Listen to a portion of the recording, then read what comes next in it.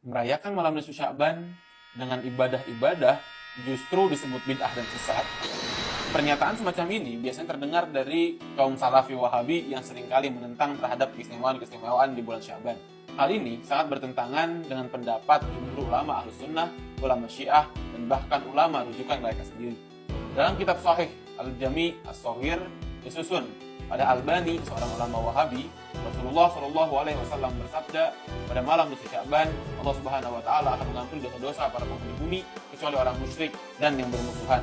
Albani mengomentari hadis ini dengan mengatakan sahih.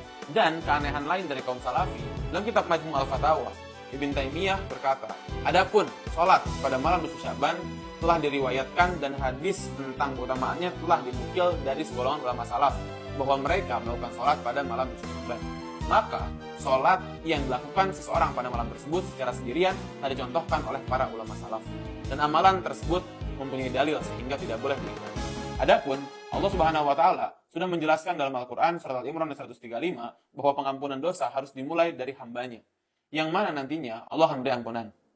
Imam Syafi'i tercatat mengatakan, telah sampai kepada kami bahwa sungguhnya doa di 5 malam akan dikabulkan, yaitu pada malam Jumat, Idul Adha, Idul Fitri, malam pertama bulan Rajab, dan malam pertengahan atau nisfu Sya'ban. Dan aku memandang baik apa-apa yang diceritakan tentang malam-malam ini. Dalam riwayat Syiah pun tercatat bahwa nisfu Sya'ban merupakan malam yang sangat istimewa.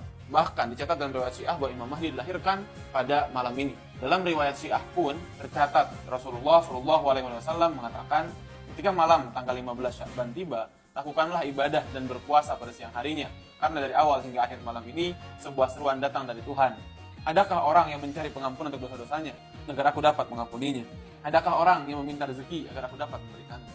Diriwayatkan juga Imam Muhammad Al-Baqir alaihissalam pernah menjelaskan tentang malam nisfu Sya'ban. Ini adalah malam terbaik setelah Lailatul Qadar. Pada malam ini Allah menganugerahkan kebaikannya kepada hamba-hambanya dan mengampuni mereka karena kasih sayangnya. Maka berusahalah mendekatkan diri kepada Allah pada malam ini, karena ini adalah malam yang dicintai oleh Allah, di mana Dia tidak menolak pemohonan yang meminta kebaikan kepadanya selama mereka tidak meminta dosa. Disinilah terlihat jelas mengapa umat Sunni dan Syiah rutin menghidupkan malam nisfu Sya'ban dengan amalan-amalan ibadah seperti doa, zikir, dan sholat. Kita bisa menyimpulkan bahwa tuduhan bid'ah dan sesat dari kaum Salafi Wahabi ini tidak berdasar.